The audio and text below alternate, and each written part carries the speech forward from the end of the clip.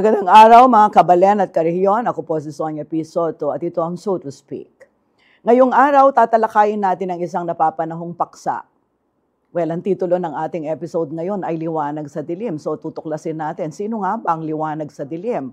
Sa bawat yugto ng ating kasaysayan, ang kabataan ang nagiging ilaw na tumatagos sa dilim ng pang-aabuso at korupsyon. Noong martial law, silang nagbukas ng mata ng bayan laban sa diktadurang Marcos. At ngayong taon, sa gitna ng mga anomalya sa flood control at mga ghost projects na lumalamon sa kaban ng bayan, muling umaangat ang tinig ng kabataan. Well, nangingilabot ako. Sa darating na September 21, 2025, sa mismong anibersaryo ng deklarasyon ng martial law, ilulunsad ng Kilusan kontra Kurakot ang kanilang mass action laban sa katiwalian. Paano tinitignan ng kabataan ang kanilang papel sa ganitong laban? Paano nila ihahambing ang kanilang tinig noon at ngayon? Bago natin sagutin ang lahat ng ito, panuorin muna natin ang maikling VTR na inihanda ng So to Speak team. Roll VTR. Sayan ng Pilipinas, paulit-ulit nang napatunayan. Ang kabataan ang pag-asa ng bayan. Ngunit higit pa rito, sila rin ang naging tinig ng paglaban. Noong dekada 70, lumaban ang mga kabataan laban sa diktadura. Sa EDSA 1986, sila'y nakisama sa milyong Pilipino upang bawiin ang kalayaan. Ngunit matapos ang ilang dekada, pareho pa rin ang sigaw, katiwalian, kahirapan, kawalan ng hustisya. Ngayon, ang bagong henerasyon ng kabataan ay muling bumabangon. Sa social media man o sa lansangan, ipinaririnig nila ang kanilang panawagan para sa isang mas makatarungan at mas maunlad na bansa. Ang tinig ng kabataan mula noon hanggang ngayon ay paalala na may kapangyarihan tayong baguhin ang kinabukasan. At ang kinabukasang ito ay nagsisimula sa kanilang pagkilos ngayon.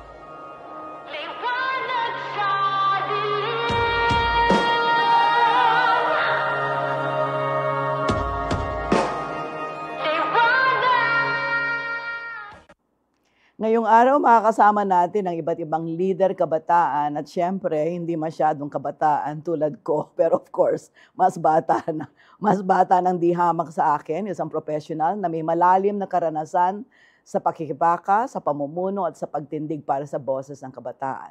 Unahin natin si Ms. Liza Ocampo Pulido, isang chartered professional on human resources sa UK. May executive diploma mula sa National University of Singapore at nagtapos ng economics sa University of the Philippines. Sa ngayon, siya ang head for HR and Admin and Corporate Services ng isang aviation company. Pero higit pa riyan, si Liza ay dating Student Council Chairperson ng UP Diliman Extension Program sa Pampanga. Naging aktibong student leader ng National Union of Students of the Philippines at ng League of Filipino Students nung araw, decades ago. Siya rin ay aktibong miyembro ng UP Sigma Delta Pi Sorority Alumni Association at kasalukuyang chairperson ng Scholar ng Bayan Pampanga Incorporated. Liza, bumati ka muna. Magandang hapon, Sonia. Magandang hapon sa ating mga kabalen at lahat ng karehiyon, particularly yung pong mga tagapanood, taga-subaybay ng So to Speak. Kasama rin natin si Juliana Karel Lagman, Chairperson ng University of the Philippines Diliman Extension Program in Pampanga and Olongapo Student Council. Well, is she with the Olongapo Student Council? Yes, please. Bumati ka muna. Magandang hapon po sa inyong lahat and Tita Son sa pag-iimbita sa amin. Maraming salamat po. Thank you very much. Nandito din si John Rafael Bernardo, Vice Chairperson ng parehong Student Council at kasalukuyang Chairperson ng Stand Up Clark. Bumati ka muna. Magandang Hapon. good day po, Tita Son, at salamat po sa pag-invite po sa amin. Thank you for coming. Siyempre, makakasama din natin si Clifford Piñera, Pampanga Coordinator ng National Union of Students of the Philippines at kasalukuyang Education and Research Officer ng Kasama sa UP. Bumati ka muna. Militanteng pagbati po sa lahat at magandang araw. Wow, parang narinig ko yung sarili ko. 40 years ago, militanteng pagbati. At para kumumpleto sa lineup, narito rin si Marco Luis mula sa Pi Sigma Fraternity, Pi Sigma Delta sorority ng UP Clark. Kasalukuyang Lord Excelsius siya rin. Siya ay aktibong miyembro ng UP Musicians Guild bilang Talents Committee member at ng UP Applied Psychology Society bilang Talents and Events Committee member. Wow, very talented. Bumati ka muna, Marco. Ayan, magandang hapon po sa inyo lahat. Salamat po sa paanyaya. Thank you very much. Sorry, hindi ko nakikita yung mga period. Masyadong maliit. Maliit na. No? Okay. Ngayong araw na ito, ang pag-uusapan natin ay not so much about yung pagkilos itself, but yung bakit kailangan kumilos ang kabataan? Ano ba ang pagkakaiba ng kabataan ngayon, ng kabataan noon? At syempre, yung pinili nga natin titulo para sa episode na ito ay Liwanag sa Dilim. No? Kasi naalala ko nung mga panahon nung una, panahon ng Kastila, panahon ng Amerikano, no?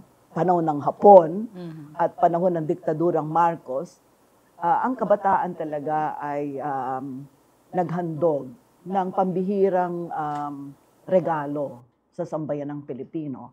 Ayun ang regalo ng panahon, katalinuhan, ng lakas ng loob, at marami pang iba na meron ng kabataan ng kanilang sariling buhay para sa kalayaan ng ating bayan. No? Kanya, ngayong araw siguro na ito, salamat Lisa for joining the team. So I won't be alone telling stories about how we were before, no? Pero syempre, more than our own stories, we'd like to hear the stories of our young people today. And we're happy they have joined us in today's episode. Okay. So, first of all, gusto kong itanong sa inyong mga kabataan, alam ba ng mga magulang ninyo na kayo ay pumunta dito? At alam ba ng mga magulang ninyo na sa September 21 ay kasama kayo sa mga magra-rally? Starting with Juliana. Yes po, alam po ng nanay ko. Shoutout po sa nanay ko. Na nandito po ako. Actually, buong pamilya po. Pero yung sa rally po ay hindi pa dahil ito po ay mahirap pa din, no, i-open sa pamilya, no, bilang isang conservative na lumaki po. So, unti-unti po natin siyang ino-open sa family na yung kaligtasan naman or yung mga consequences ay buong puso ko naman po tatanggapin upang mapaglaban nga yung kailangan ng paglaban. So, posible kayang nanonood sila? Actually po, yes po. Oh, so malalaman na nila. Napupunta ka sa rally sa September 21. And Rafael, alam ng magulang mo? Alam po nila na dito po ko right now, pero sa 21 po, hindi ko pa po napaalam. And Clifford? Alam po ng parents ko na may interview po sa CLTV 36. Yung sa September 21, hindi ko po pinapaalam, pero they are already expecting it. Nagbigay na sila ng abiso na, wag ka magmi-media landing, no? Let's see.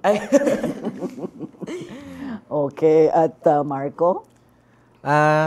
Sa interview po dito, hindi po nila alam. Pati din po sa 21. Kasi madalas po sa amin, parang pinapaalam ko lang po kapag tapos na yung mga event. Kasi po, naiintindihan ko naman po na parang they're coming from a place of love and care lang sa akin na nag-aalala lang po sila sa kapakanan ko. So like, para mabawas-bawas na yung kapakanan nila. Pinapaalam ko na lang na buo pa rin naman ako after ng event, di ba? Parang, ayun, yun po. Naalala mo, no? Tayo hindi rin alam, no? Alam ba ng mga anak mo na naanak? Definitely. Actually, pati yung husband ko, nung sinabi kong nag-organize, isa ako sa mga conveners ng Kilusan kontra Kurakot. Tapos may ino-organize ngang rally sa September 21. Ang sagot lang niya sa akin, oo naman ma, ang hindi magandang expectation yung hindi ka mag-organize o sasali. Sabi niya kasi nasa dugo ko na nga daw yung magkikipaglaban na ganito. Okay, so, okay. Siguro una nating puntahan yung, do you feel responsible? Meaning, meron ba kayong sense of paano nyo natuklasan o paano nyo nalaman na kailangan yung makibahagi dito sa gitna ng mga nangyayaring ito? Juliana? Kung sa particular po, no, kung sa akin po personal, ay kung paano ko po kayo nakikipakat sa mga tao na sa mga batayang sektor, gaya ng mga katutubo, no, kapag nakakasama nyo sila, nakikita ninyo yung tunay na nadadanasan nila. Saka lumalapit yung loob mo na kailangan may paglaban ang yung mga karapatan na kinakait sa kanila. Na from there ay nakaka-move ka sa iba pang mga sectors, no, para lalo pang mag-ignite yung spirit na kailangan mo na lumaban talaga. Sinong gustong sumagot sa inyo? Anong tanong ko? Anong responsibility ang nararamdaman ninyo sa mga nangyayari ngayon? Ghost projects, no? Ang tinding korupsyon. Mismong yung mga nasa gobyerno mismo ang nagsasabi na unprecedented na kurakutan talaga. As in, karumal-dumal to the max. Anong responsibility ang nararamdaman ninyo dito? Bakit kailangan mag-participate ka bilang kabataan? Rafael? Bilang scholar ng bayan po, mabigat po talaga yung responsibilidad na nararamdaman po namin na makialam po talaga sa mga isyong ito dahil araw-araw naman po namin nadadanas yung kakulangan sa pondo para sa edukasyon po. Nagkukulang po kami ng student services, particularly psychology services sa aming campus. At yun na rin po kapag umuulan, nagko-commute, nababasa, baha na lang ng baha.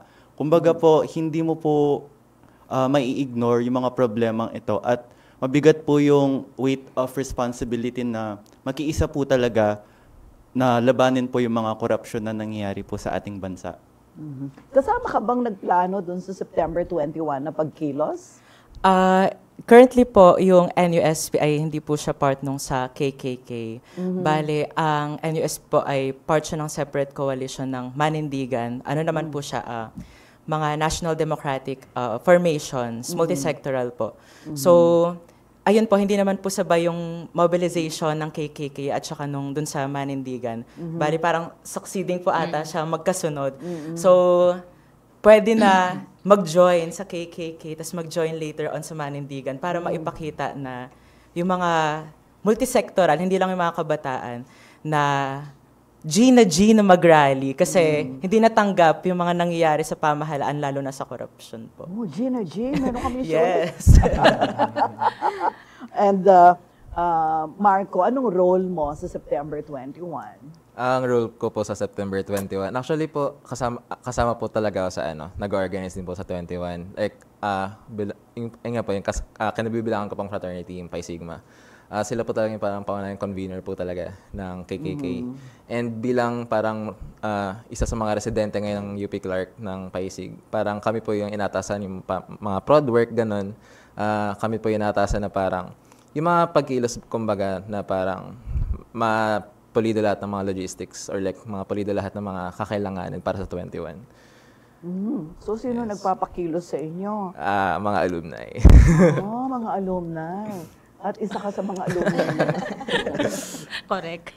Oo. Pero bakit? Why is your fraternity getting involved? Of course, you have a history of getting involved simula pa nung unang panahon, di ba, Liza? Yes. Yeah. You know, actually, nung nakapag-usap-usap yung ilan kaming mga dating mga kumilos, ang mga dating student leaders and student activists. Actually, lahat ng kasama ko, naging dating mga student council chairperson sa kanya-kanyang universities. At ang talagang realization namin, sabi namin, hindi magtatagal yung ganitong kilusan, yung pagkontra laban dito sa wild scale na sabi mo nga, kurakutan sa government, kung hindi ito pangungunahan ng kabataan at ng mga estudyante. Bakit? Based na yan sa experience natin, di ba, Sonia, nung tayo. Kung ang middle sector, importante din yan. Pero ang core niyan talaga ng movement, dapat manggaling talaga sa kabataan. That has been proven historically. Time and time, time-tested na gan, kumbaga, di ba, na pag ang kabataan talaga ang nanguna dito, maaasahan mo yung kasi magkakaroon ng information sa kanila education, di ba? Sa kanilang rangko. Tapos mapapalawak nila yung kaalaman na yan. Hindi lang sa kanilang mga eskwelahan, kundi pati sa kanilang mga komunidad. Sa dami ng mga anomalya, sa dami ng mga problema ng ating bansa, Hindi ba parang medyo mababaw yung korupsyon bilang isang issue? Paano nyo, sabihin, masyadong ordinaryo ang issue ng korupsyon? Sabihin, walang bago dito. Correct. Ang korupsyon ay simula siguro nung tayo ay naging republika, embedded na ang korupsyon. Parang nakadesenyo ang korupsyon matapos yung nominal na independence ng Pilipinas, no, mula sa mga dayuhang nangolonya sa atin, meron ng korupsyon. Parang kasama yata sa incentive ng mga dati nating colonial masters ang bigyan ng puwang ang korupsyon sa ating pamahalaan. I don't know if you share the same view as mine, pero sa mga pag-aaral namin noon, nung kabataan namin, parang pinakamababaw na issue ang korupsyon kung tutuusin. Paano nyo ito iuugnay sa mga mas malalim na usapin ng ating bayan? At parang ano lang yan ang korupsyon ay parang, what do you call it? Parang icing on the cake, or pwede rin natin sabihin na isang simptomas lamang ng mas malalang sakit ng ating lipunan. Would you like to answer that question? Yes, please. Sa ngayon po, personally po, sa NUSP din, at sa akin bilang bahagi naman ng mga kabataan, ay dapat maitaas yung issue ng corruption at malink siya dun sa system na nag-aalaw dun sa corruption to exist in the first place. Parang halimbawa po ngayon, kasi yung issue ng corruption, kasabay niya yung hearing, budget deliberations for the year 2026. At dito po kasi, nakikita natin kung paano ina-allocate yung pondo, kung saan siya na-allocate, at kung sino yung pwedeng makabulsa batay doon sa allocation na nabibigyan. Parang yung isa pong lagi kong binabanggit sa mga fellow students ko na ang pinakamataas dapat na budget under the Constitution is the sector of education. And nire-reaffirm din siya ng United Nations na dapat 6% ng gross domestic product ng Pilipinas ay mapunta sa education. Pero every year, nakikita natin na ang pinakamataas na na-allocatean ng pondo ay not the education system, but the infrastructures. So, dun po, na ngayon, naglitaw yung issue dun sa DPWH, yung sa Ghost Flood Control Projects, at nalilink din siya sa Marcos Jr. Administration as the architect of the budget, the proposed budget itself, na nakakapagkurakot yung mga tiwaling opisyal dahil, ayun nga, na yung corruption, it exists all throughout time. Pero nakikita natin na dahil sa ganitong pag-allocate ng mga pondo, dahil sa sistemang ganito na nangyayari during budget deliberations, tiyak na may mabubulsa talaga sila, lalong-lalo na kung kailan nagigipit yung mga kabataan po sa pondo. Yun lang naman po, Tita Sol. Anong pagsusuri ninyo? Nabanggit mo nga kanina, sistema. Ano ba sistema meron tayo para sa inyong mga kabataan na nagbe-breed ng korupsyon? Would you like to answer the question, Marco, or anyone from among the, kabataan na nandito? Go ahead. Siguro po yung sistemang binabanggit po talaga namin ay sistemang kapitalismo. Dahil po yung gobyerno po natin, kung bakit nangyayari po yung korupsyon, hindi po tao yung sineserve niya. Sinasamba niya po yung pera na makukuha po sa mga income-generating projects or sa mga budget allocations.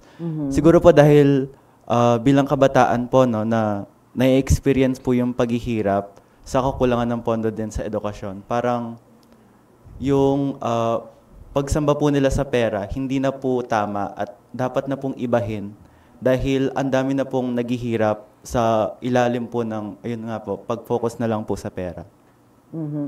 Naiintindihan ko na itong issue ng korupsyon ay mahalaga na pakitunguhan ninyo bilang mga kabataan at iba ring mga sektor dahil sa intensity, sa gravity, sa parang ang laking problema kung ang kabataan ngayon ay magpipikit mata lang at walang pakialam dito sa isyong ito. Masyadong malaki yung danger, di ba?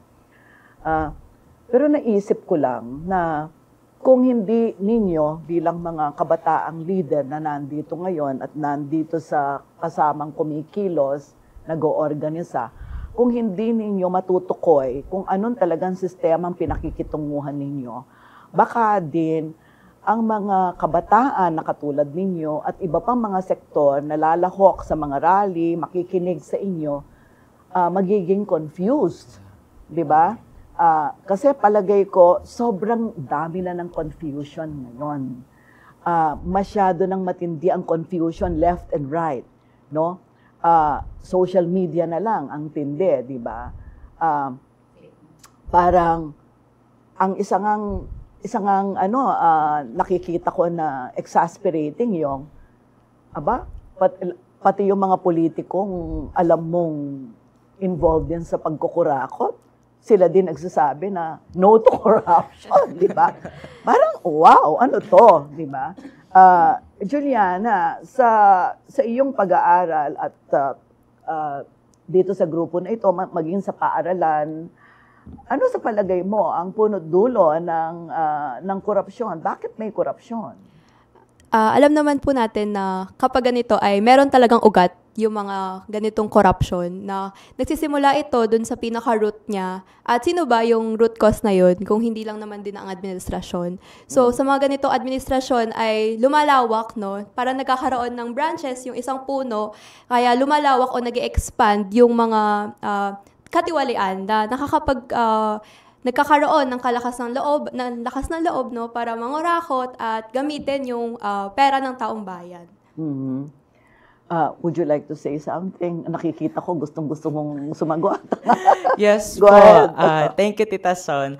Bali, dagdag po dun sa mismong administration itself, the politicians, nakita din po kasi natin na yung system ng pamamahala, nakaugat siya dun sa bureaucrat capitalism na kung tinatawag po, no? O burokrata kapitalismo na imbis po yung mga government officials natin na pagsilbihan nila yung mamamayang Pilipino, ginagawa po nilang business yung pamahalaan, no? Kaya din po tumataba yung mga political dynasties dahil humahanap talaga sila at humahanap ng butas kung paano nila mapagkakakitaan yung posisyon nila sa kapangyarihan. So, bukod po dun sa pagpapanagot sa mga tiwali at mga korap na opisyal, ay yung tutulan yung ganoong forma ng pamamahala at wag nang hayaan na mag-grow pa yung sistemang burokrata kapitalismo dun sa paglawak ng mga political dynasties.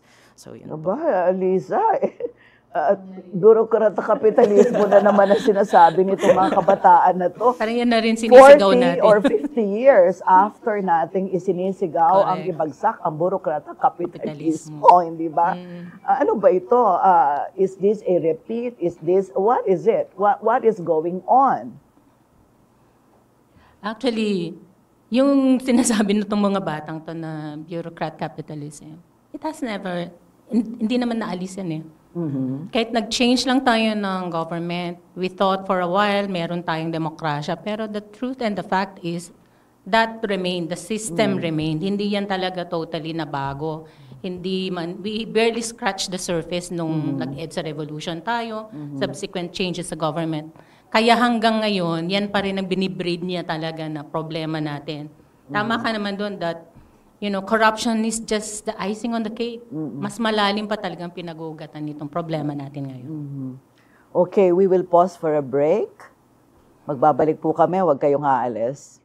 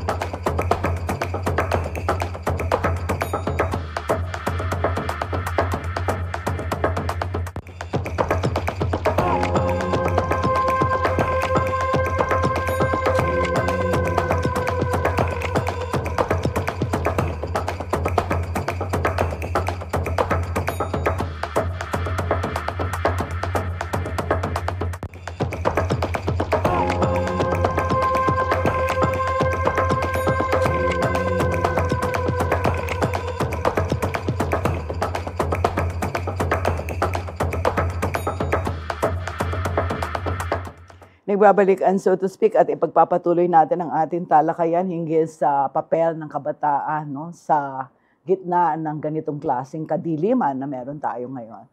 Meron ako itatanong sa inyo tungkol sa isang napakahalagang bagay para sa akin.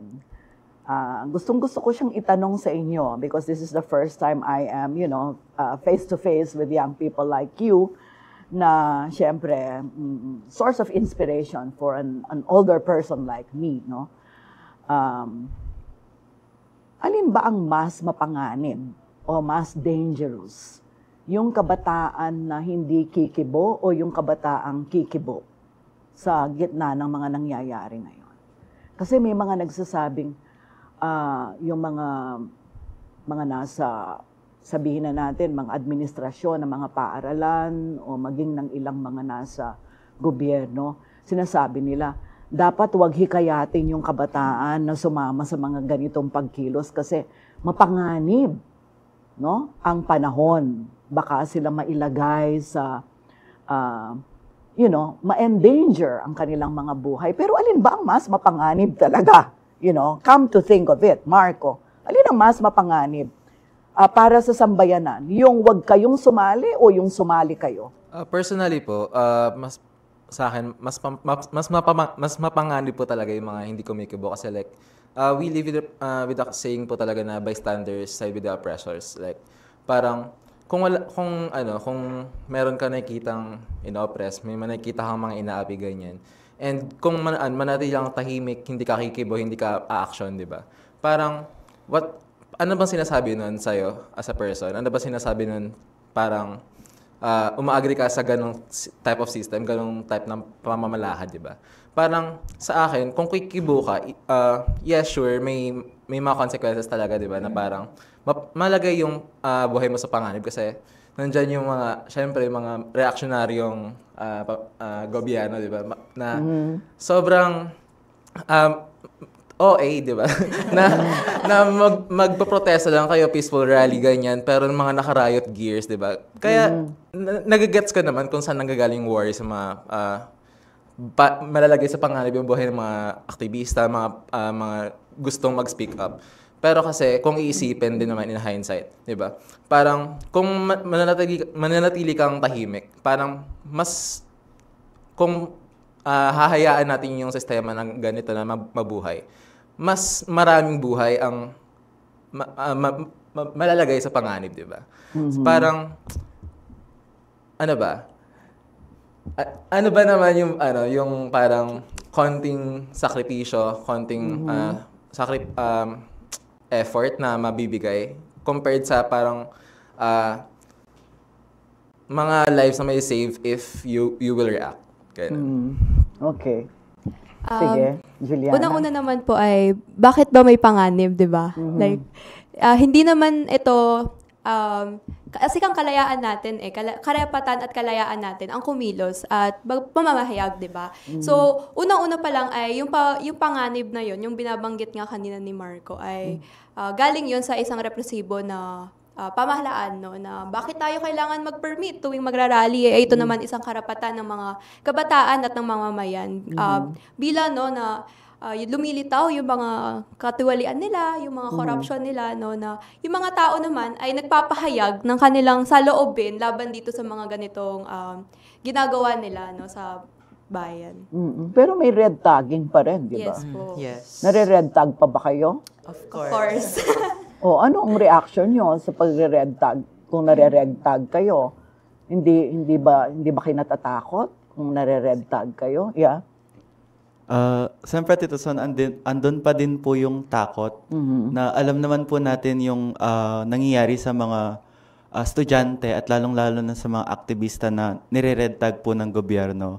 Pero andun pa din po kasi yung sense of responsibility to speak up. Kasi as students, as kabataan po, hindi na po namin afford na manahimik dahil sa mga ang dami-daming corruption na nangyayari, sa dami-daming namamatay, sa mga bahang nangyayari po, sa daming namamatay dahil po sa kakulangan ng health services, kumbaga.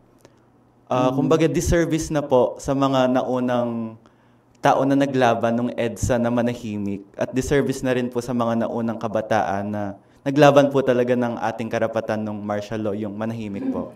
Yeah.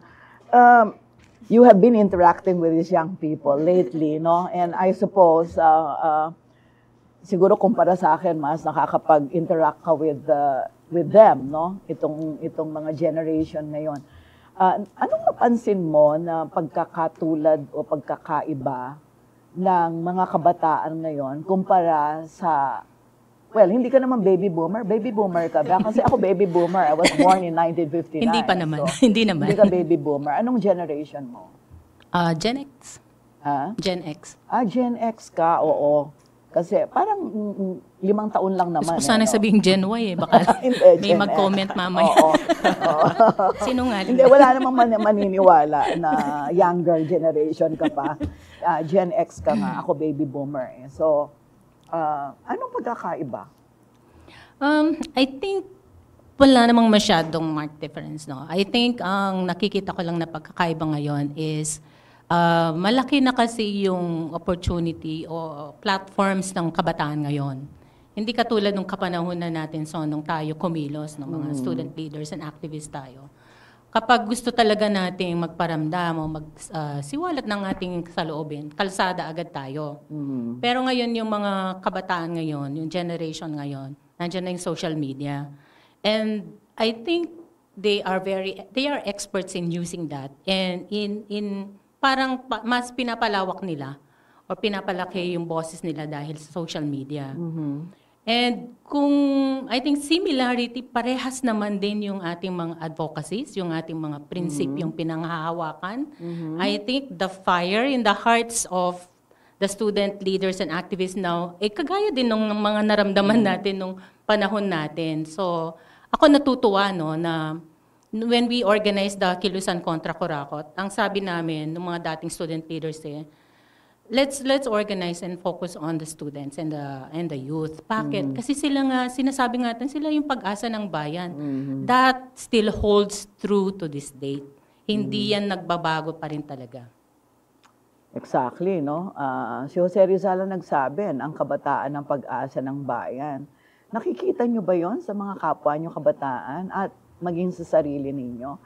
Kasi bata pa rin yata yung mga district engineer ng DPWH, no?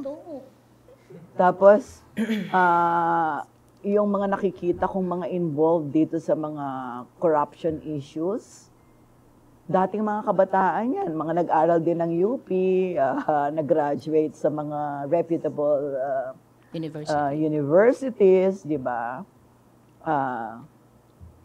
Siguro, yun yung isang nakakatakot din, no? On the one hand, yung mga nakapag-aral mula sa buwis ng taong bayan, later on, sila din ang nagiging instrumento ng katiwalian, no? Ng pangungurakot, ng panlilinlang, ng panloloko, ng pagsupil, no? Sa karapatan ng taong bayan, those in government and even those outside government, no? Ano yung nakikita ninyo na kulang sa loob ng university that is actually making it more difficult for you to conscientize, to make students aware of what is going on? Sa palagay ko, kung mahirap magpakilos noong panahon namin because of the danger that it entailed, no? Yung talagang namamatay. Maraming mga kabataan ang namamatay, dinudukot, mga ganyan. Ako siguro graduate ng several arrest orders, no? ASO, Arrest, Search, Seizure Order, PCO, Presidential Commitment Order, PDA, Preventive Detention Action. So many of this, meron ng red tagging dun noon, no? Pero iba din naman yung red tagging ngayon. Actually, in 2019, na-red tag ako for being part of history. At kung bakit nakapangalan sa akin yung Soto Enrile Accords na nangyari noong 1980s, no? Well, I'm nearing, in a few years' time, magsa-70 na ako, yet I am being accused of being part of LFS daw. Ngayon. Ah, so, ang isang mahalagang tanong, ano ang problema sa loob ng paaralan sa inyong karanasan na nagpapahirap para sa involvement ng mga kabataang tulad ninyo sa mga usaping pambayan na nagpapahirap sa taong bayan mismo? Kasi bilang scholar ng bayan, bilang mga estudyante, lahat ng estudyante ngayon, scholar ng bayan, hindi na lang mga taga-UP. Because there is Unifast, you are being subsidized by government money, by people's money, to be able to graduate sa university. Kahit na anong kursong kinukuha nyo. We have this Unifast, di ba? Sa kolehiyo. Anong problema? Yeah, NUSP. Sige po. Sige. As Rafael, NUSP po. Right? Clifford po. Clifford. Okay. Clifford Piñera. As someone po na in the past year ay nagsi-school hopping talaga, pumupunta-punta sa ibang state universities.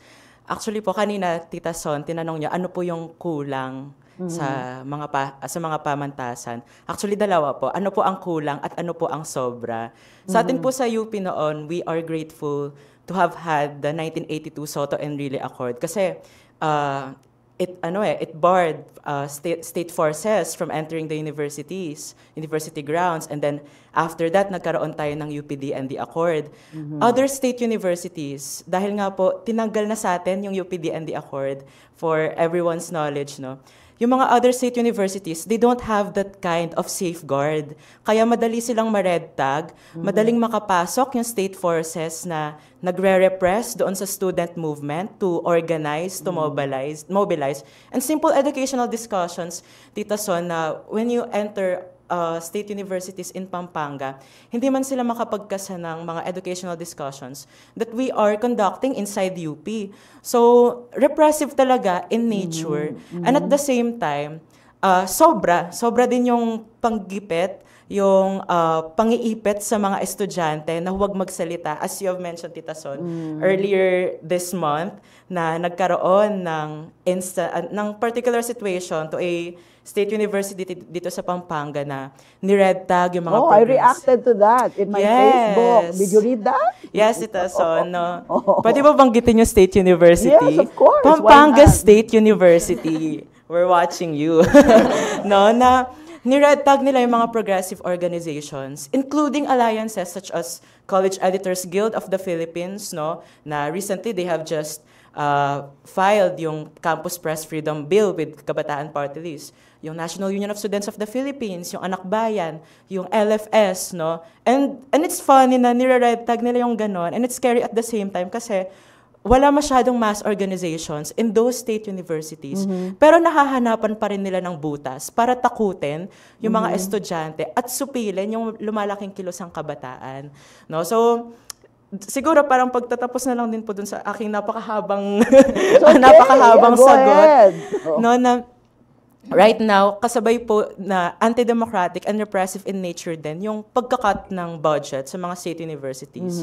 Kasi yung repercussions po niyan, Tita Son, nawawalan ng spaces yung mga students to freely organize, nawawalan sila ng budget, like yung sa Tarlac State University na recently, shinare po nila na yung budget ng kanilang student council, yung budget ng kanilang organizations, it decreased significantly, no? So yung mga ganong atake na besides dun sa pamamasista, yung regarding naman po sa budget, ay nakaka-apekto rin siya dun sa kalayaan ng mga student na kumilos at mag-organisa. Oo. Alam mo, this is personal to me. Itong pinag-uusapan na repression sa loob ng campus. Pinagdaanan. Sobrang binigay natin lahat-lahat yung makakaya natin nung panahon na yon para maibalik yung mga student councils. Kasi naranasan namin yung panahon na after the declaration of martial law, binan lahat niya. Naban ng student council, naban ng mga college papers. Naalala ko noon, Liza,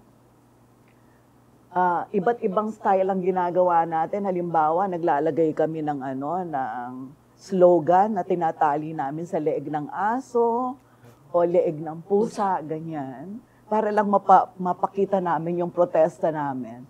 Noon kasi, pag nag-gather ang 3 or more people, bawal na yon. At pwede ka na talagang mapatawag sa opisina ng whatever, no? At sa totoo lang, pag naalala ko talaga, nangingilabot ako kasi sobrang dami nang nagbuwis ng buhay sa kabataan para lang ipagtagumpay ang pagbabalik ng mga student councils, ng mga student papers. Kanya, it is so sad na yung mga institutions like CEGP, for example, ay ire-red tag, hindi ba? At itong bagay na ito ay good, no? At merong Liza na nagbabalik kalsada, di ba? Yes. Because I think this is personal to us, Liza, hindi ba? Yes, no.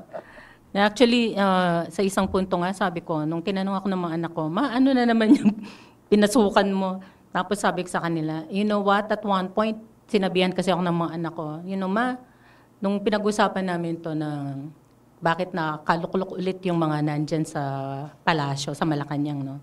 Nung una pa lang, nagre-reklamo ako doon sa Duterte administration. Ang sabi ng mga anak ko, sino bang bumoto dyan? It's your generation. So medyo napahiya ako doon. Because it was true. It was the Gen X. Kaya ngayon, in the coming 2028 election, 70% na ng voting population would be the youth. So kaya ang focus natin ngayon, ma-educate at mamulat sa tamang mga issues, no? Sa tamang mga pinagdadaanan ng ating bayan, ang mga kabataan. Sabi nga nila, nahihirapan silang mag-educate sa kapwa nila estudyante. So binibigyan natin sila ngayon ng opportunity. Nandito kami, tutulungan pa rin namin kayo. Kasi para sa akin, no, hindi pa talaga tapos yung laban natin, Sonia. Siguro medyo nagpahinga ng konti, pero hindi pa rin naman tayo tumigil through the years, di ba? Patuloy pa rin naman yung ating paglaban kasi sa totoo lang, ito pong flood control, corruption issue, hindi po ito bago. Ilang corruption and scams na po ang pinagdaanan natin na talagang nakakasuka na kung tutuusin, no? Ang tanong na lang talaga sa taong bayan hanggang saan ba yung limit natin? Trillion na nga pinag-uusapan na kinurakot sa kaban ng bayan. I'd like to ask you, ano ang pagkakaiba ninyo sa ibang mga koalisyon o mga organisasyon na nanawagan ng pagkilos to address itong mga issues na ito? Bilang mga kabataan, do you worry about getting people from traditional politics na kasama ninyo sa movement? Kasi parang sa pagbabasa ko, ang isang binabanggit, mababa daw ang tiwala ng mga kabataan ngayon sa mga traditional politicians. So they'd rather not get involved in mga kilusan na run by traditional politicians or where traditional politicians are actually leading. Totoo ba ito, Marco? Yung pinag-usapan namin yung meeting nung Declaration of Unity namin. Pinag-usapan na rin po yan talaga na parang iwasan po namin sana yung kilusan na ma-link sa mga politiko, no, na parang mag-under kami sa politiko na parang ang kilusan nito sana mabuo siya sa genuine na parang compassion ng mga members na mag-speak up or like i-call out yung mga corrupt na politiko. Na parang sure open kami sa support ng mga entities or individuals na magsusupport dito sa kilusan. Pero syempre, hindi kami yung tipong ililink talaga yung sarili namin sa kanila. Kasi ito nga ay parang paano ba sabihin? Sige, Okay. kayo. Sige, ikaw. Siguro po yung yung quality po ng mga kabataan ngayon, kumbaga may standards na po tayo. Kumbaga kung tinitignan na po talaga namin kung, for example, yung traditional politician nga po gustong isuporta to, tatanong po namin, anong ginawa mo sa termino mo? At ano ang track record mo na isasali ka namin sa kilusan? Kasi, kumbaga, wala ring sense na isasali mo yung mga corrupt na politicians. Kasi when you lead this kind of movement, dapat you have to take a stand on where the enemies are. Yes. Yun nga po. Ooh. Ayun. Enemies. Ang lalim. Actually, Oo, yun din po talaga na parang, yun po, nahalap ko na yung word, na parang ma-exploit pa lalo if mapunta sila sa, sa kilusan na ganun. So, totoo pala yon yung nabasa kong yon na very concerned din yung mga kabataan ngayon na parang nagdududa sila kapag sa mga traditional politicians. Do you like to say something? Actually, nabanggit nyo na po siya kanina, Tita Son, na meron talagang mapapanggap no, ng mga politician na kunyari ay tinutulungan or sinusuportahan yung mga ganitong pangkilos, ay pero ito din yung way nila no, para makapag-profile, no, makapag-red tag. Parang ito yung way nila or butas nila no, sa atin na sa pagkilos natin ay nakakakalap sila ng mga impormasyon patungkol sa atin saka doon sa pagkilos mismo. Pero di ba kailangan maging multi-sectoral naman ang pagkilos? Kasi kahit na sabihin natin ang kabataan ng pag-asa ng bayan at dapat iparinig, maiangat ang boses ng kabataan, kailangan nyo rin na pag-cooperate, di ba? Collaborate with other sectors, including those in government, but not necessarily traditional politicians, gano'n ang ibig niyong sabihin. Parang inaano din namin ngayon na sumisikat na term ngayon sa TikTok. Ganyan, yung mga performative politician na parang they're saying they're supporting the cause pero their action says otherwise. Performative politicians. Sige nga, expound on this performative politician. Huwag na tayo lumayo. Hoy! Kasi nung kabataan namin, Trapo lang. marami din kaming nakasamang mga politiko sa mga multisektoral na pagkilos. Pero syempre, ito yung mga section ng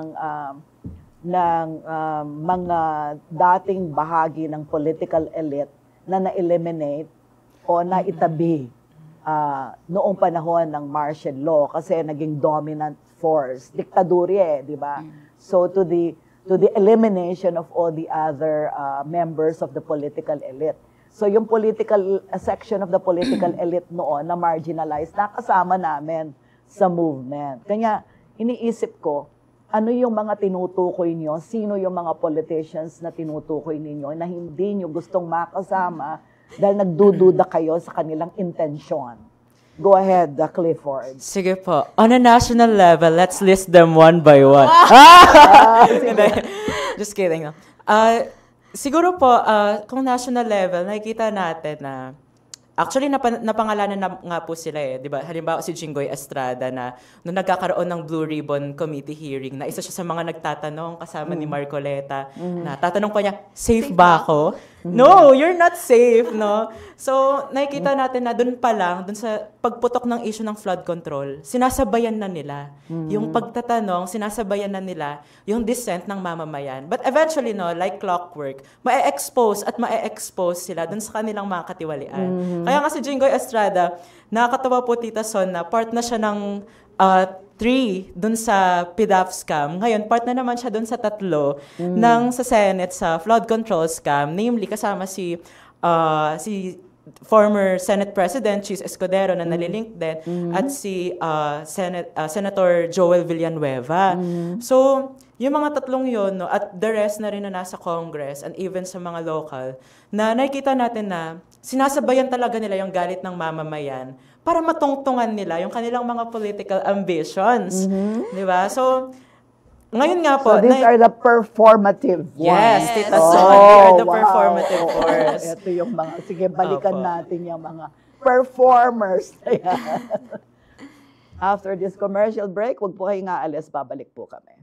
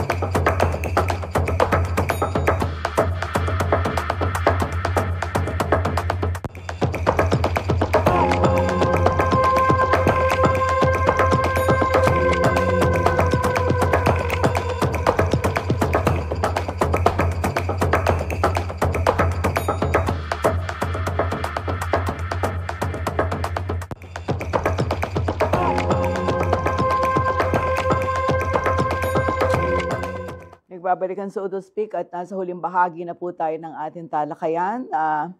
Titignan natin kung paano nagiging liwanag sa dilim ang mga kabataan ngayon. No?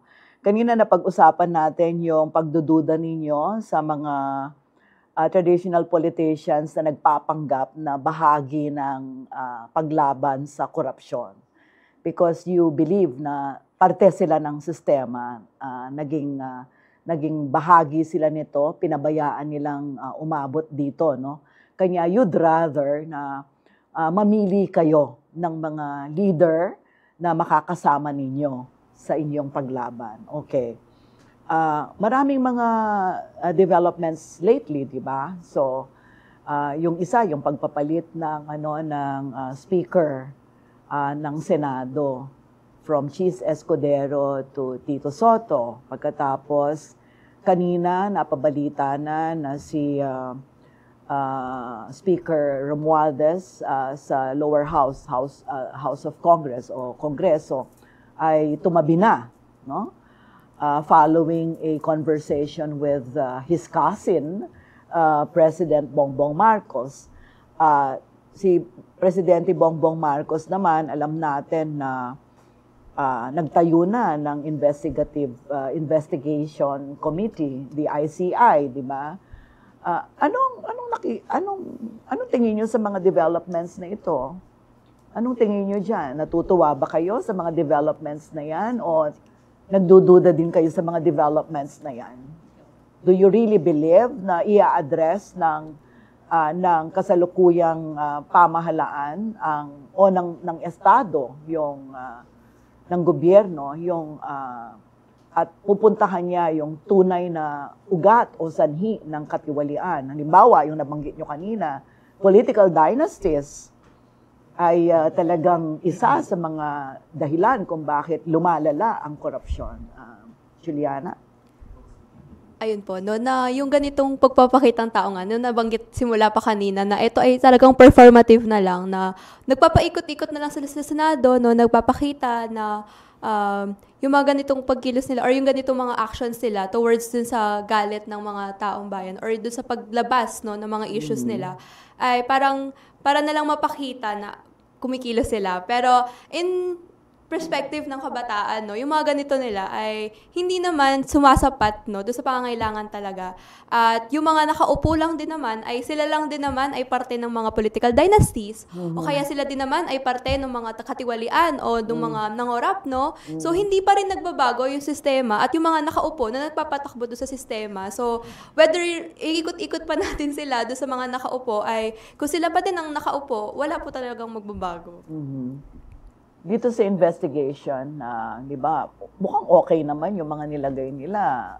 Mayor Magalong, si Justice Andres Reyes, etc. No? Yung mga Babe Singson at iba pa. Anong tingin nyo dyan? Nagtitiwala ba kayo sa proseso na yan? O tuloy-tuloy kayong kikilos dahil ayaw niyong umasa sa mga ganyang proseso? Clifford. Yung ganun po na nangyayari, lalo na yung tinayong investigative committee or investigation committee, mahirap po kasi siyang pagkatiwalaan eh. Let's be frank na at the end of the day, ang nag-appoint pa rin dyan ay our Marcos administration. At ngayon kasi, Tita Son, nababanggit nyo din po yung nangyari sa Congress at sa Senate, yung palitan ng mga positions. Mahirap din pong pagkatiwalaan yon kasi nakikita pa rin natin yung two opposing forces na dun sa dalawang opposing forces na yon, walang puwang para sa mamamayan.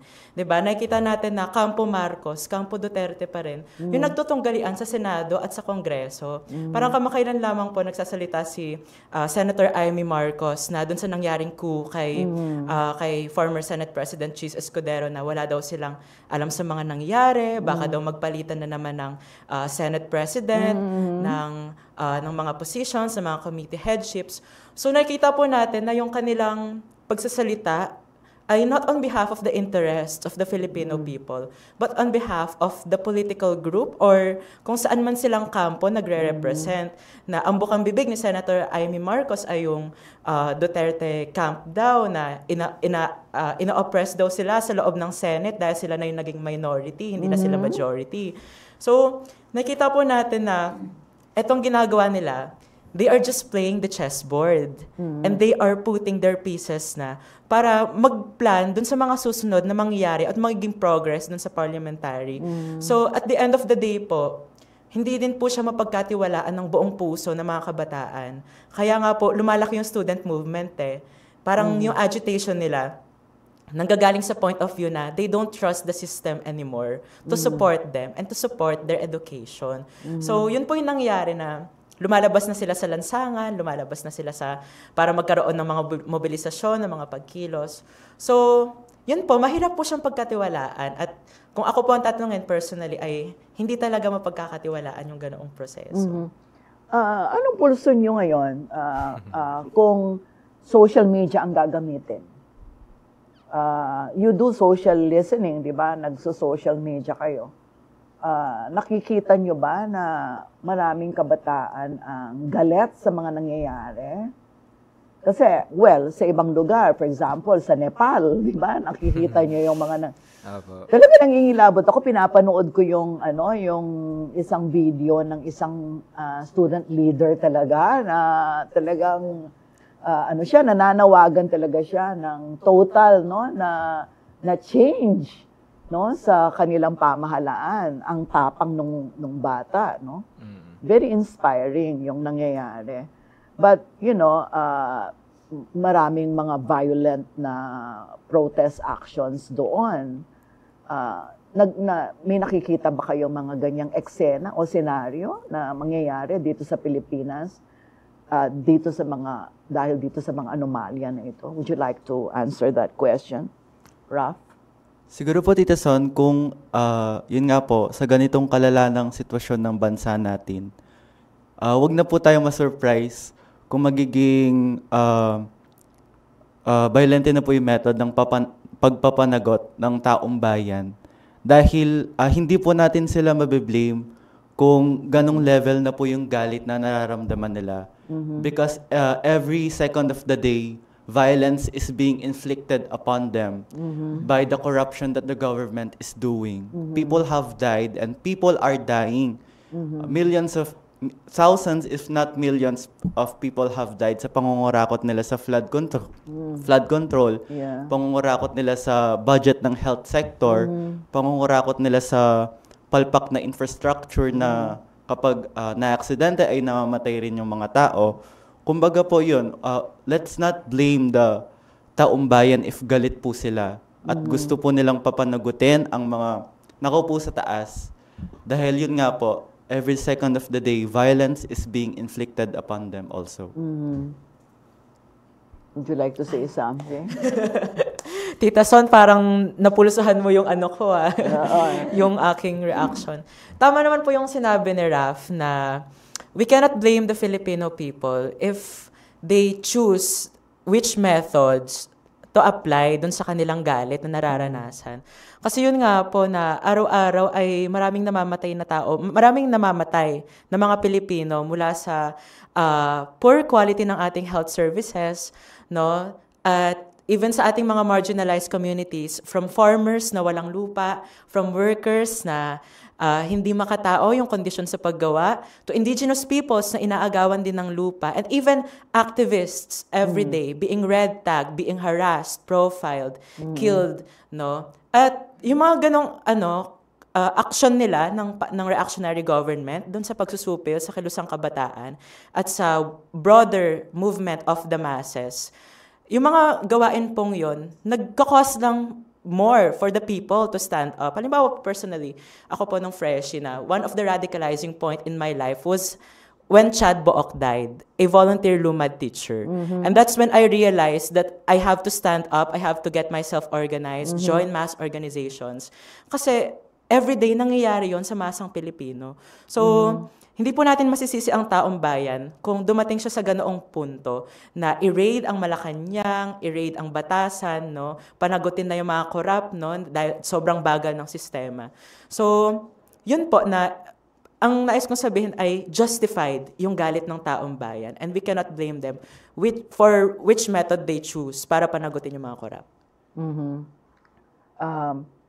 Liza, akala ko kasi yung mga kabataan ngayon parang lahat dinadaan na lang sa social media, hindi pala. Hindi pa rin. Correct. Naniniwala pa rin sila sa mga pagkilos, sa mga mass action? Correct. Tama ka dyan, sis, no, Sonia. Sabi ko nga kanina, yung mga kabataan ngayon, kahit malawak na yung channels nila, yung platforms nila para mapalawak nila yung kanilang boses, no, naniniwala pa rin sila, no? Kasama pa rin natin sila doon sa pagkilos sa kalsada, yung pagpapaabot talaga sa gobyerno, no? Sa pamahalaan, sa administrasyon ng ating mga hinaing. Kasi kung dadaan lang tayo, puro tayo sa social media lang, Facebook, TikTok, IG, Reddit, hindi yan makikinig, akala nila ganun-ganun lang tayo. So, I think sabi nga nila, no, justified yung pagkilos ng taong bayan. Ako yung panawagan ko sana doon sa mga particularly yung generation ko, no, Gen X and Gen Y, kapag yung pagsasawalang kibo kasi, the apathy and the being apolitical, yung hindi pagsasawalang kibo natin, yan ang nagbubunsad dun sa bakit naging ganito kalala ang korupsyon, no? Yan, yung pananahimik natin, hindi tayo kumikibo pag maliliit lang na korupsyon. That multiplied over the years. Lumaki ng lumaki hanggang maging garapal na. Kasi we don't hold these politicians or kung sino man nasa pamahalaan, we don't hold them accountable. Huwag nating kalimutan. Tayong nagpapasweldo sa kanila. Dapat talaga sila mananagot sa atin. Bakit tayo ngayon matatakot? Bakit natin kino-question yung mga tao kagaya namin na nagsasalita, tumatayo, at making these people accountable. Ako talagang tuwing bayaran ng income tax, naiiyak ako kasi pwede na akong bumili ng kotse bawat bayad ko ng income tax. Tapos, pinagtutur lang ng mga anak-anak ng mga yan. Di ba? Masakit sa akin yan. Di ba? Sana pinagtur ko din yung mga anak ko sa tax. The Nepo babies. Correct. Oo. Anong tingin niyo doon sa mga Nepo babies? Tama lang ba na nababash sila? Nababash ka ba ng Nepo baby? Opo. Talagang nakakagalit po kasi yung ginagawa nila na very... Pinapakita kasi nila na sila ay nasa luxurious sila na pamumuhay, no? Habang kami kabataan, kami mga mag-aaral, no, ay patuloy na binabudget cut. So kami dito sa amin sa UP, no, kulang-kulang yung mga espasyo namin. Na sana yung pera na pinambili niya ng ng Louis Vuitton niya ay ginamit na lang sa pagpapadagdag ng budget sa edukasyon na nagpapalawak, no, sa kaalaman ng mga taong bayan and of course ng kabataan na talagang sila yung pag-asa nga natin ng bayan. So, sa mga ganitong Nepo babies, ayan, dapat talaga silang panagutin, no? At kasama sila dahil sila namang mga Nepo babies ay may alam na po. Sila ay conscious na, no, sa nangyayari. At kung hindi, 'di ba? Dapat sila din mismo ay sumama sa hanay ng masa na panagutin din yung mga magulang nila kung sa ganitong mga pagnanakaw nila sa pera ng taong bayan. Ano naman tingin ninyo sa kapwa niyo kabataan ni si Kiko Barzaga? Oh. Kiko Barzaga, he needs help po.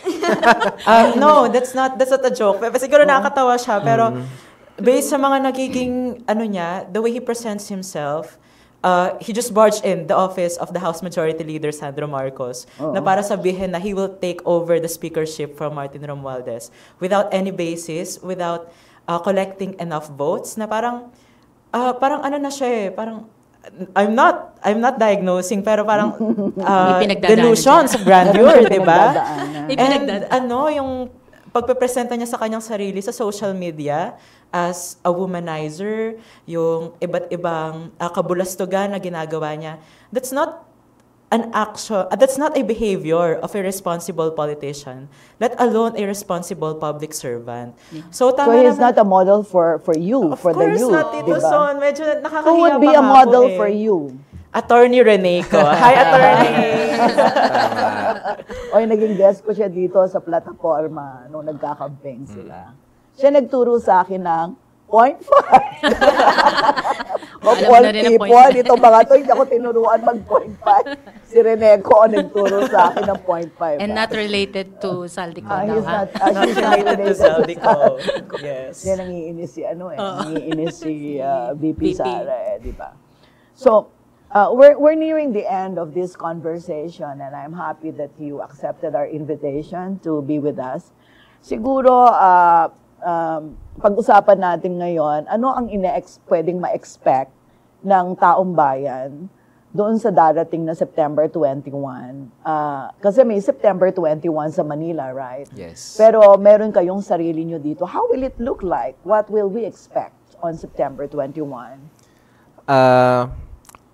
Expect nila na na magmamarcha kami mula sa Nepacol hanggang sa saan ba? Sa may Santo Enchero. Sa may Santo Enchero.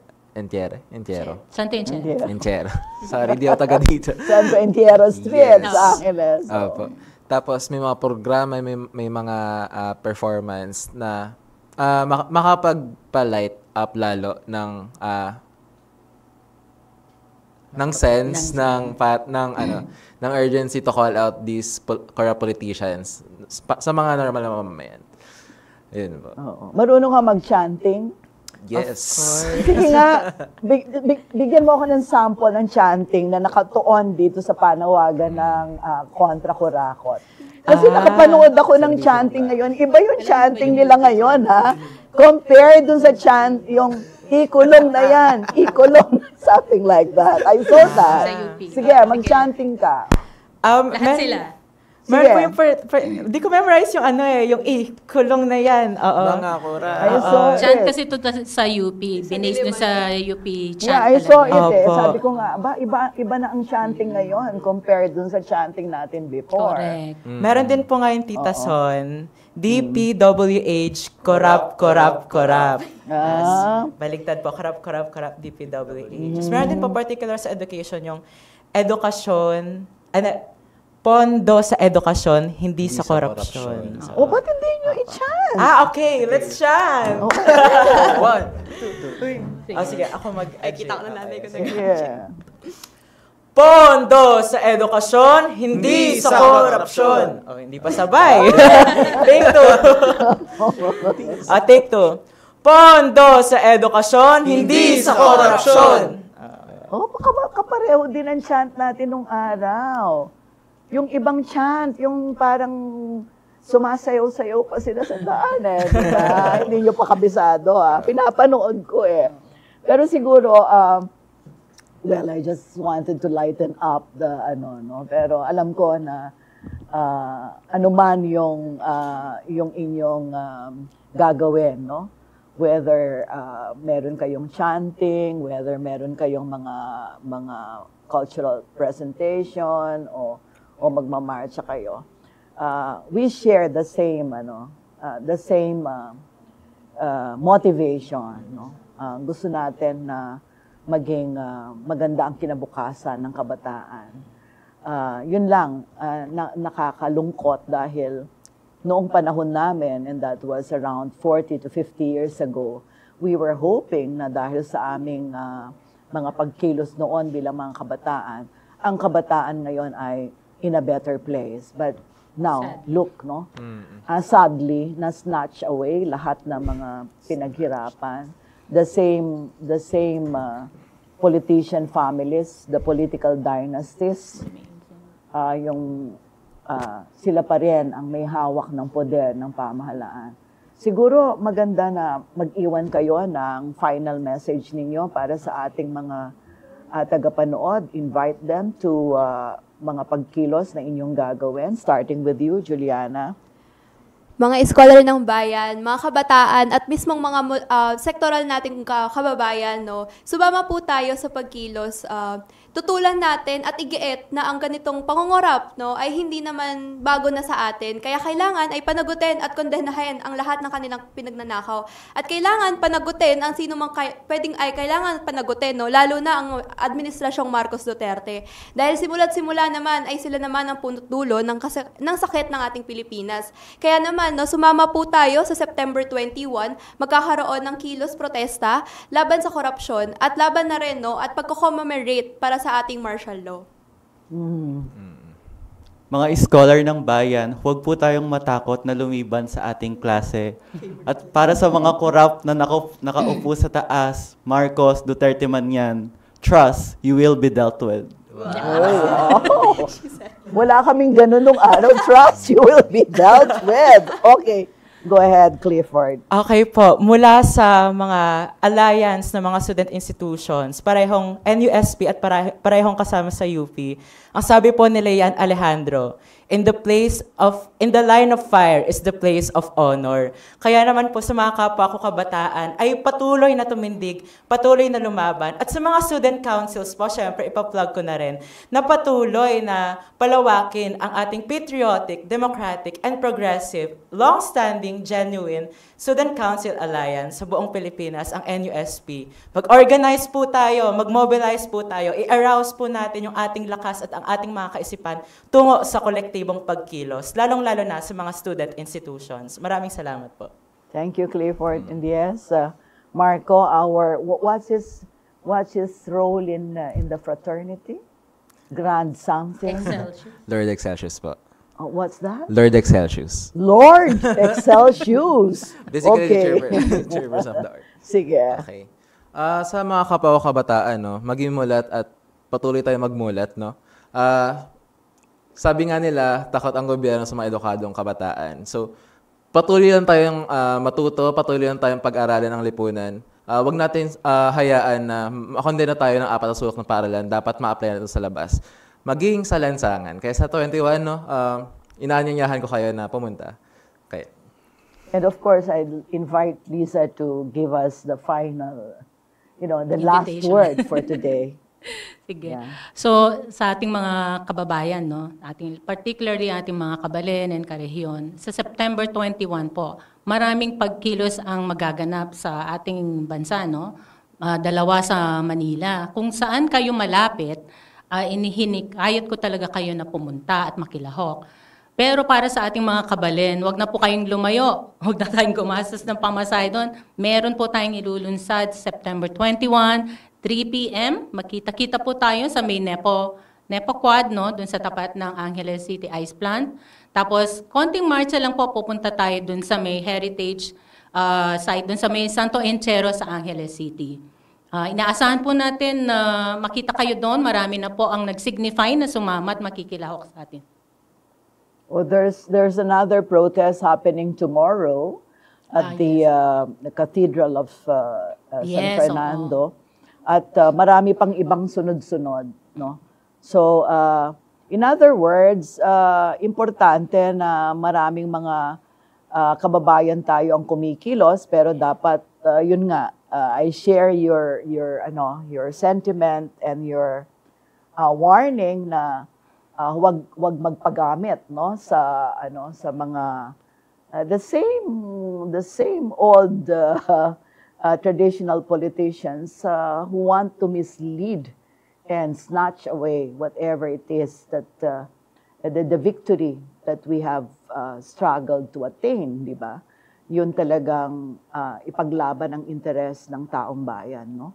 At sa darating na September 21, 2025, tulad po ng imbitasyon ng Kilusan kontra Kurakot, muling maririnig ang tinig ng kabataan sa lansangan.